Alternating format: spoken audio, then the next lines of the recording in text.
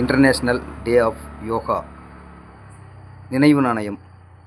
இந்நாணயம் 2015இல் அச்சடிக்கப்பட்டது. இது 4 மின்ட்டுகளில் அச்சடிக்கப்பட்டது. மும்பை, ஹைதராபாத், நொய்டா, கல்கட்டா ஆகிய 4 மின்ட்டுகளில் அச்சடிக்கப்பட்டது. இது யுஎன்சி கண்டிஷனில் மும்பை மின்ட்